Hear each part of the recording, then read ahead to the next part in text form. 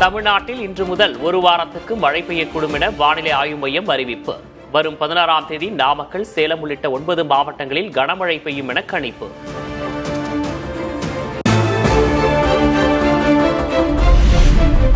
சென்னையில் ஒரு சில இடங்களில் 2 நாட்கள் மழைக்கு வாய்ப்பு. அதிகபட்ச வெப்பநிலை 100 டிகிரி ஃபாரன்ஹீட்டை தாண்டி பதிவாகும் என கணிப்பு.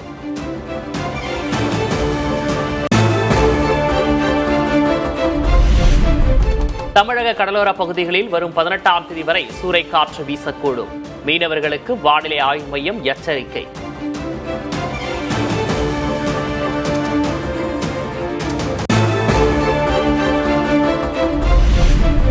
புதுக்கோட்டை மாவட்டம் அறந்தாங்கி சுற்றுவட்டார பகுதிகளில் கனமழை. வெப்பம் தணிந்து குளிர்ச்சியான சூழல்.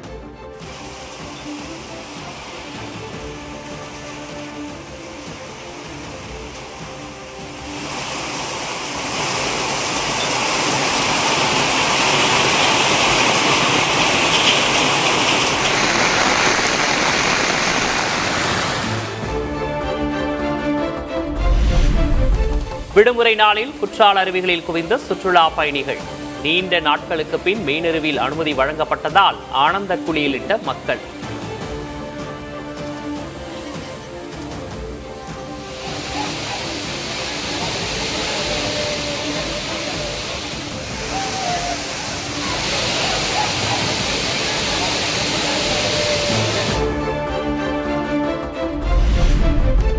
நெல்லை மாவட்டம் மணிமுத்தார் அருவியில் 11வது நாளாக குளிக்க தடை நீட்டிப்பு.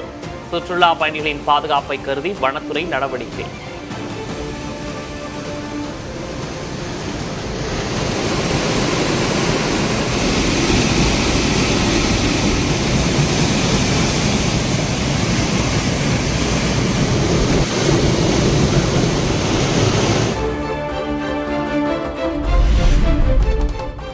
தென்மேற்கு பருவமழையால் நெல்லை, தென்காசியில் வேகமாக உயரும் அணைகளின் நீர்மட்டம். 11 அணைகளின் நீர்மட்டம் 50% மேல் உயர்ந்தது.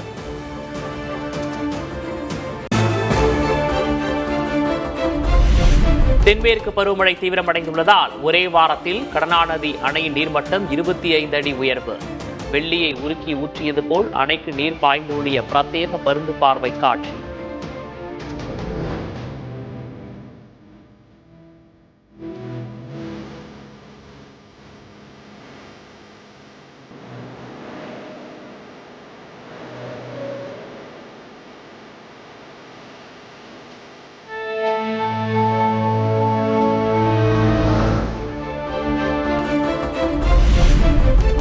காவிரி படுகை மாவட்டங்களில் கேள்விக்குறியாகியுள்ள குறுவை சாகுபடி. சிறப்பு தொகுப்பை திரும்ப பெற்றுவிட்டு நேரடியாக நிவாரணம் வழங்க விவசாயிகள் வலியுறுத்தல்.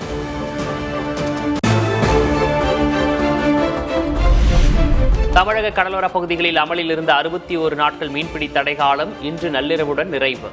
படகுகளை சீரமைத்து வலைகளை தயார் செய்து மீன்பிடிக்க செல்ல ஆயத்தமாகி வரும் மீனவர்கள்.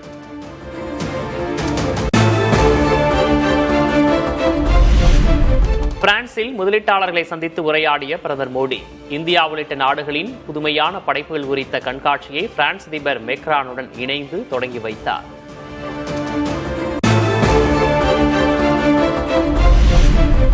இந்தியாவின் புத்தாக்க முயற்சிகளில் பங்கேற்க வாருங்கள் என பிரான்சில் பிரதமர் நரேந்திர மோடி பேச்சு. உலகின் 3வது பெரிய புத்தாக்க முனையம் இந்தியா என்றும் பெருமிதம். AI से जुड़े ह्यूमैनिटी से जुड़ी चुनौतियों. பிரதமர் மோடி நாட்டின் நலனில் சமரசம் செய்து கொள்வதாக ராகுல் காந்தி விமர்சனம். ஓமன் கடற்பகுதியில் இந்திய மாலுமிகள் கொல்லப்பட்ட சம்பவத்தை சுட்டிக்காட்டி குற்றச்சாட்டு.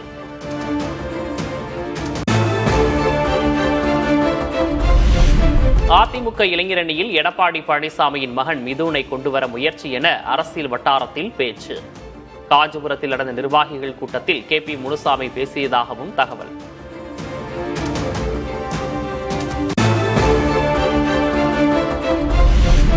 மகனை அரசியலுக்கு கொண்டுவர அதிமுக பொதுச்செயலர் எடப்பாடி பழனிசாமி டிராமா செய்வதாக முன்னாள் அமைச்சர் CV சண்முகம் விமர்சனம். ஒரு குடும்பத்தின் பிடியில் அதிமுக சிக்கியுள்ளதாகவும் குற்றச்சாட்டு. அதிமுக ஒரு குடும்பத்தின் பிடிக்குள் சென்று கொண்டிருக்கிறது. நேற்று அவர் கூட்டம் நடத்தியதாகவும் அந்த கூட்டத்தில் எல்லாம் ஆரவாரமாக உங்கள் மகனை அரசியலுக்கு கொண்டு வாருங்கள், கொண்டு வாங்க, அதுல எந்த ஆட்சேபனையும் இல்ல. அதுக்கு எதுக்கு இந்த டிராமா? உங்கள் பிள்ளை வர வேண்டாம் என்று சொல்லவில்லை, அவருக்கும் முழு உரிமை உண்டு. ஆனால் இப்படிப்பட்ட ஏன் நாடகம்?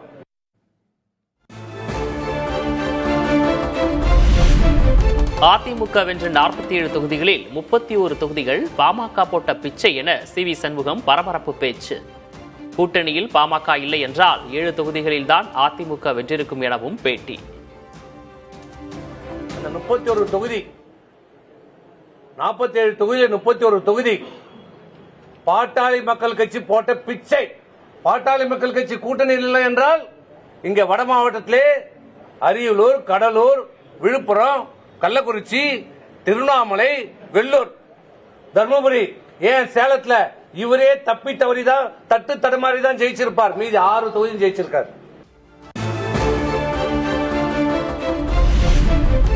அதிமுகவிலிருந்து விலகுவதாக கட்சியின் கொள்கை பரப்பு துணைச் செயலர் கௌதமி அறிவிப்பு. அதிமுகவிலிருந்து விலகியது பற்றி ஓரிரு நாட்களில் விரிவான விளக்கம் அளிப்பதாகவும் புதிய தலைமுறைக்கு தகவல்.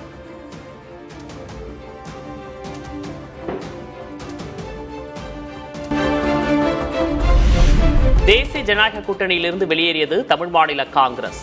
ஜி.கே. வாசன் தலைமையில் நடந்த செயற்குழு கூட்டத்தில் முடிவு.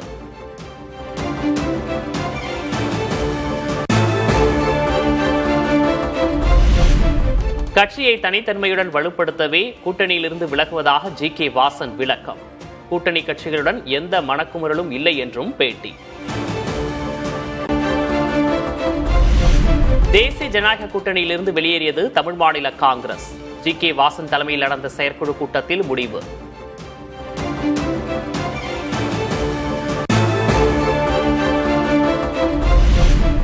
கட்சியை தனித்தன்மையுடன் வலுப்படுத்தவே கூட்டணியிலிருந்து விலகுவதாக ஜி.கே. வாசன் விளக்கம். கூட்டணி கட்சிகளுடன் எந்த மனக்குமுறலும் இல்லை என்றும் பேட்டி. ஜனநாயகத்தை செழுமைப்படுத்துவதற்கு அவர்களின் பங்களிப்பும் அவசியம் என்று நாங்கள் கருதுகிறோம். தவேக அமைச்சரவையில் இடம்பெற ஐயுஎம்எல் கட்சிக்கு எந்தவித நிர்பந்தமும் தரப்படவில்லை. கட்சியின் பொதுச் செயலர் அபூபக்கர் புதிய தலைமுறைக்கு அளித்த சிறப்பு நேர்காணலில் பதில். நாங்கள் எங்களுடைய உயர்மட்ட குழு கூட்டத்தை கூட்டி இந்த ஆட்சியில் பங்கேற்பது என்ற ஒரு முடிவு எடுத்தோம். அதனால் இது அவசர கோலத்தில் எடுக்கப்பட்டதோ வேறு இந்த மாதிரி காரணங்கள் இப்போ விமர்சிக்கிறாங்களோ இல்லையா, எந்த கண்டிஷனும் கிடையாது, எந்த நிர்பந்தமும் கிடையாது. அவங்க வாலண்டரியாக கேட்டாங்க. அவங்க அமைச்சராக இருக்கக்கூடிய ஆதவ் அர்ஜுனே ஓப்பனாக ஸ்டேட்மெண்ட் கொடுத்தார். அரசியலுக்கு வருமாறு ரசிகர்கள் அழைப்பதாக ராகவா லாரன்ஸ் பேட்டி. நல்ல முடிவை எடுத்துள்ளதாகவும் விரைவில் அறிவிக்க உள்ளதாகவும் தகவல்.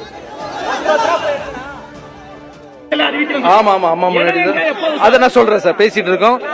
ஒரு நல்ல இடத்தை பார்த்து ரசிகர்லாம் கம்ஃபர்ட்டா ரசிகர்களுக்கு கம்ஃபர்ட்டா எந்த இடம் இருக்கோ அதை பார்த்து நம்ம டிசைட் பண்ணல சார். டிசைட்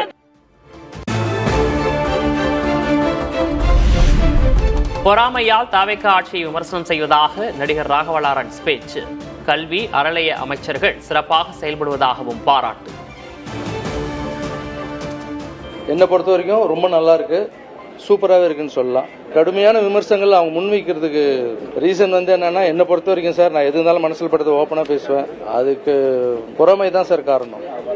ஏன்னா விமர்சனங்கள் நம்ம வைக்கிறதுக்கு முன்னாடி நம்ம என்ன செஞ்சோம் அப்படின்றது கொஞ்சம் யோசனை பண்ணிட்டு விமர்சனங்கள் வச்சா நல்லா இருக்கும். தவேக அரசின் செயல்பாடு குறித்த கேள்விக்கு தெருநாய்களை உதாரணமாக காட்டி பேசிய ராகவா லாரன்ஸ், தெருநாய்க்கு என்ன உணவு பிடிக்கும் என்பதை தெரிந்து கொள்ள கூட நேரம் எடுக்கும் என பேச்சு. ரோட்ல இருக்கிற தெருநாய் கூட நம்மளை பார்த்தா கத்தும், யார் இது புது ஆள் வந்திருக்காங்க அப்படின்னு. ஒரு சில தெருநாய்கள்லாம் பார்த்தீங்கன்னா பிஸ்கட் சாப்பிடாது, பிரியாணி தான் சாப்பிடும், நான்வெஜ் தான் சாப்பிடும். அதுக்கு பிடிச்ச மாதிரி செஞ்சு அதை போட்டு அது நம்மளை கத்தாம பார்த்துணும். ஒரு நாய்க்கோ ஒரு வீட்டுக்கே இவ்வளோ ஆகுதுன்னா ஒரு நாட்டை கொடுத்துருக்கீங்க, கொஞ்சமாவது டைம் கொடுங்க. புதுசாக அரசு வேணும், மாற்றம் வேணும்னு கேட்குறீங்க. மாற்றம் வந்துடுச்சு, மாற்றத்துக்கு கொஞ்சமான டைம் கொடுக்கணும்வா? மின்வெட்டை போக்க போர்க்கால நடவடிக்கை எடுத்திடுக. தவேக அரசுக்கு முன்னாள் மின்துறை அமைச்சர் செந்தில் பாலாஜி வலியுறுத்தல்.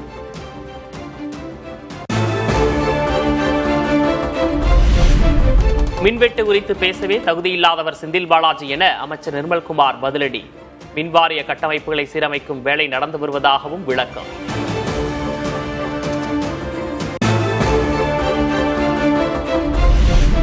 மின்வாரிய தேர்வு விதிகளில் மாற்றம் செய்து தமிழ்நாடு மின்சார வாரியம் உத்தரவு. உடற்தகுதி தேர்வின் போது வெறும் காலில் மின்கம்பம் ஏற வேண்டும் என்ற விதியை திருத்தி ஷூ அணிய அனுமதி.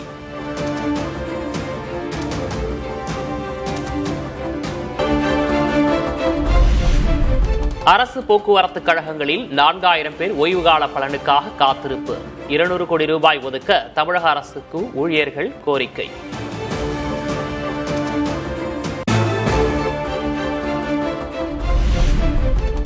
ஒசூரில் உள்ள டாடா ஐபோன் உதிரிபாக ஆலைக்கு மாநில மாசு கட்டுப்பாட்டு வாரியம் நோட்டீஸ். கழிவுநீர் சுத்திகரிக்கப்படாமல் கால்வாய்களில் விடப்படுவதால் நீர்நிலைகள் பாதிப்பு என புகார்.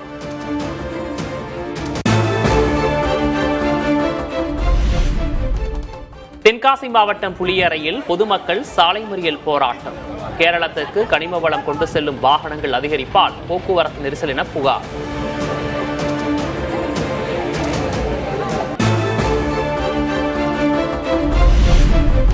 அமர்நாத் யாத்திரை தொடங்குவதையொட்டி காஷ்மீரில் பலத்த பாதுகாப்பு. தலைநகர் ஸ்ரீநகரில் உள்ள விடுதிகளில் காவல்துறை சோதனை.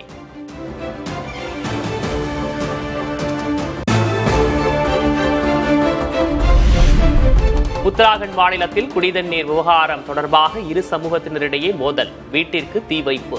கடும் பதற்றம் நிலவும் நிலையில் 28 பேர் மீது காவல்துறை வழக்கு.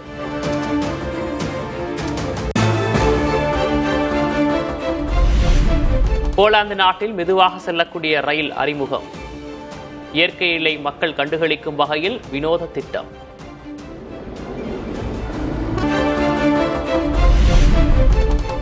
சீனாவில் மின்பாதை கட்டுமான பணிகளுக்கு ட்ரோன் பயன்படுத்தப்படுவது அதிகரிப்பு.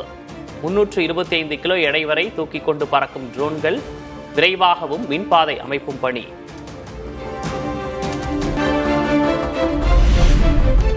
அதிநவீன ஏஐ மாடல்கள் அணுகுண்ட அளவுக்கு ஆபத்து ஏற்படுத்தும் என அமெரிக்கா அஞ்சுவதாக தகவல். ஆந்த்ரோபிக் நிறுவனத்தின் 2 புதிய ஏஐ மாடல்களை பயன்படுத்த வெளிநாட்டவர்களுக்கு தடை விதிக்கப்பட்ட நிலையில் தகவல்.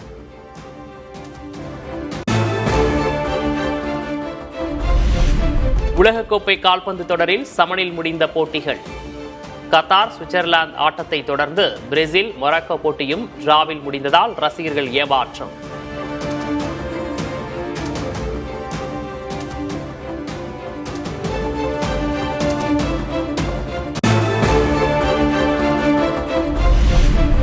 உலகக்கோப்பை கால்பந்து தொடரை வெற்றியுடன் தொடங்கியது ஸ்காட்லாந்து.